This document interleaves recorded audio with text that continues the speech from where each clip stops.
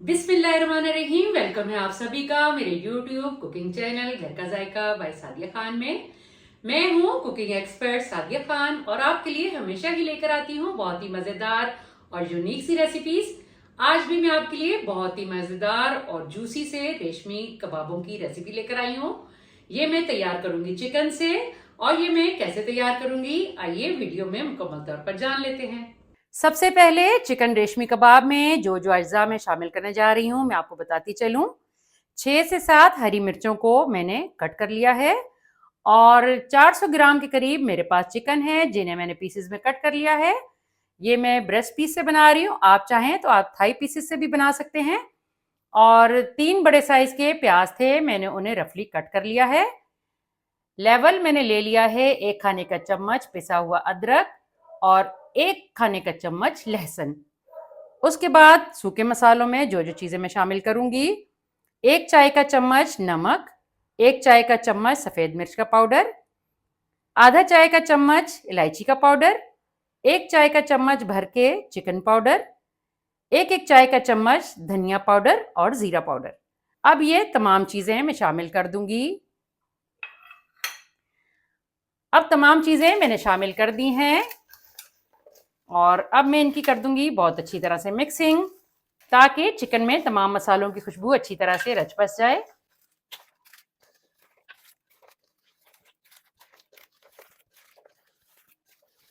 अब मसालों की चिकन के साथ बहुत अच्छी तरह से मिक्सिंग हो चुकी है।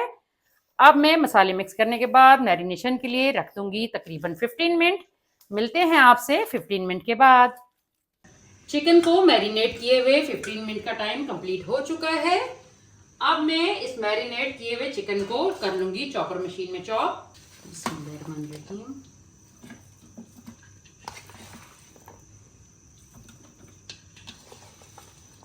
पूरा इकट्ठा नहीं डालूंगी वरना ये अच्छे से चॉप नहीं होगा। आधा आधा करके मैं इसे चॉप कर लूंगी।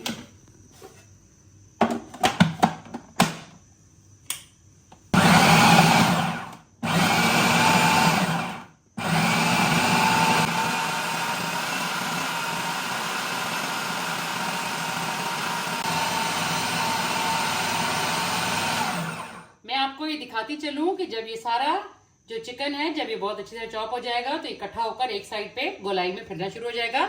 इसका मतलब ये होता है कि अब ये कीमा बहुत अच्छे से रेडी हो चुका है। मैं कुछ देर के लिए और चला लूंगी इसे। आपको बताने के लिए मैंने कुछ देर के लिए मशीन को स्टॉप किया था।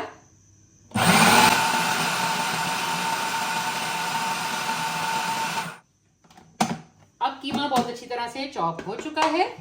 अब मैं एक अलग बर्तन में इस चॉप किए हुए कीमे को निकाल लूंगी और जो बाकी का मेरे पास चिकन पड़ा है उसे भी मैं सेम मेथड पर चॉप कर लूंगी।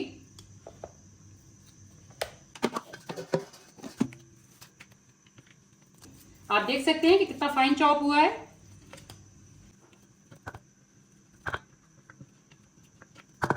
अब रेशमी कबाबों का तमाम कीमा मैंने बहुत फाइन चॉप कर लिया है। और यहां पर मैं आपको एक जरूरी पॉइंट बताती चलूं कि अगर आपके पास चर्बी मौजूद हो तो आप मैरिनेशन के टाइम इसमें चर्बी भी शामिल कर दें और चर्बी की इसके साथ ही पिसाई भी कर लें। और अगर आपके पास चर्बी नहीं है तो उसका ऑल्टरनेट आपको बताती हूं कि मेरे पास है जमा हुआ घी। अब ये जमा हुआ घी मैं 1 खाने का चम्मच भरकर इस पर शामिल कर दूंगी।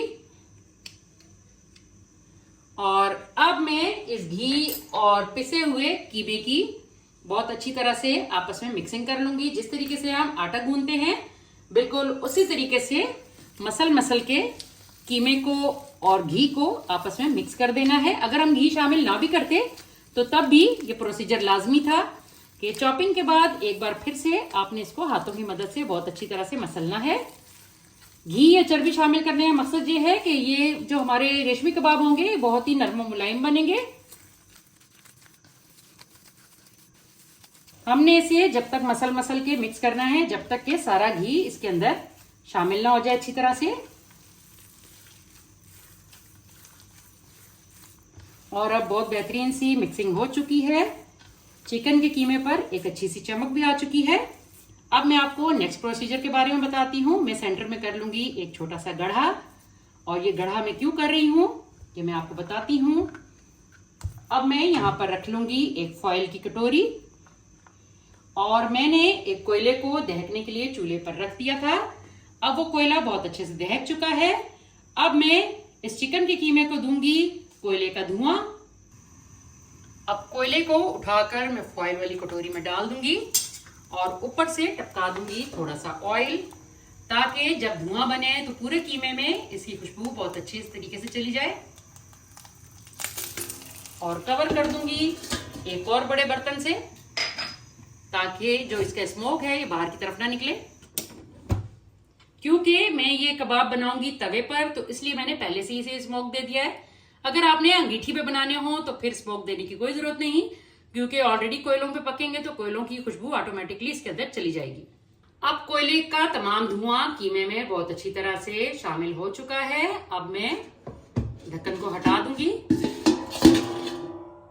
आप देख सकते हैं कि अभी तक स्मोक इसमें से उठ रहा है।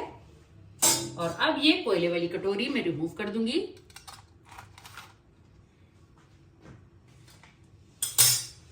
और एक बार फिर से मैं हाथों की मदद से सारे कीमे को आपस में मिक्स कर लूंगी।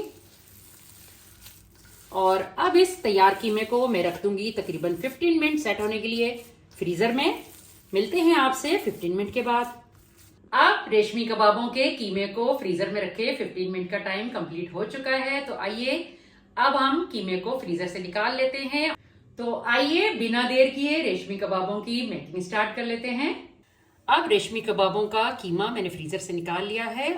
मेरे पास है कुछ तादाद में चॉप स्टिक्स, और ये चॉप स्टिक्स आपको किसी भी सुपर स्टोर से, ग्रोसरी की दुकान से मिल जाएंगे। और उसके बाद अब मैं बारी बारी इन तमाम चॉप स्टिक पर ये सीख कबाब बनाना शुरू करूंगी। सबसे पहले मैं हाथों को हल्का सा ग्रीसी कर लूंगी। अब मैं कुछ मिकदार में चिकन का कीमा ले लूंगी और इसे चॉप स्टिक पे बहुत अच्छे तरीके से लगा लूंगी फैला के।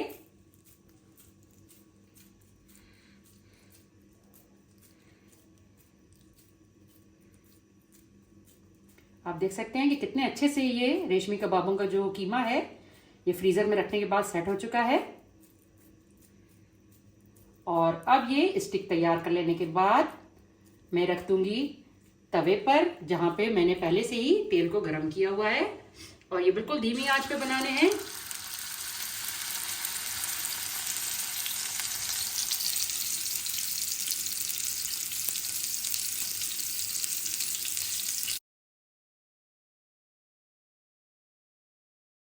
आप चाहें तो इन कबाबों को अंगीठी पर भी बना सकते हैं, मगर मेरे बहुत से देखने वाले हैं जो अंगीठी का इस्तेमाल किसी वजह से नहीं करते, या फिर उनके पास अंगीठी होती नहीं है, तो वो ही शॉर्टकट तरीका भी इस्तेमाल कर सकते हैं कि तवे पर भी इन्हें बहुत अच्छे तरीके से बनाया जा सकता है।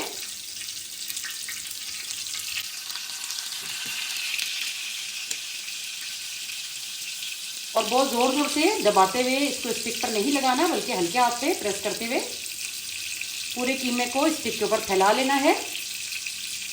क्योंकि जब हम स्टिक के ऊपर से तैयार कबाब को उतारेंगे तो ज़्यादा दबाने की वजह से ये कबाब इस स्टिक के साथ ही चिपक जाएगा और उतरेगा नहीं आसानी से। अब बाकी के तमाम कबाब भी मैं इसी तरह से चॉप स्टिक्स पर लगा लूंगी और बारी बारी इन्हें इसी तरह से फ्राई कर लूंगी। हर तरफ इक्वली इसको आपने फैलाना है, कहीं से थिन या कहीं से थिक नहीं होना चाहिए, बल्कि एक जैसा फैला हुआ होना चाहिए। और जो पहले कबाब हमने रखे हैं उसे साथ साथ हम साइड पलटते रहेंगे। अब जो कबाब रेडी हो चुके हैं उन्हें मैं तवे से उठा लूंगी और रख लूंगी एक सर्विंग प्लेट में।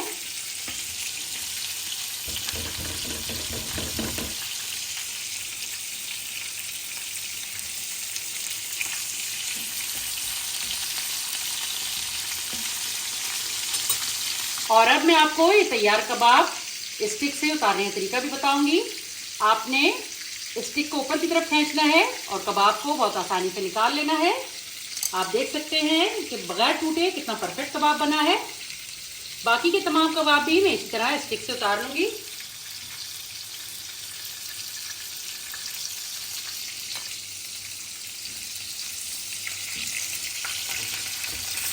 अब मैंने तमाम चिकन रेशमी कबाब तैयार कर लिए हैं और आप इनका फाइनल लुक भी देख सकते हैं कि देखने में कितने बेहतरीन लग रहे हैं और प्लेट मेरे हाथ में है तो मैं ही आपको बता सकती हूँ कि कितनी शानदार सी खुशबू आ रही है इस वक्त। तो जनाब, फिर कैसी लगी आपको चिकन रेशमी कबाबों की रेसिपी? अगर आपको मेरी वीडियो पसंद आती है तो थम्स अप दें और जाते जाते एक छोटी सी रिक्वेस्ट कि मेरे चैनल को सब्सक्राइब करना बिल्कुल भी ना भूलें और साथ ही लगे बेल आइकन के बटन को प्रेस कर दें ताकि आने वाली मेरी हर नई वीडियो का नोटिफिकेशन आपको बआसानी मौसूल हो सके।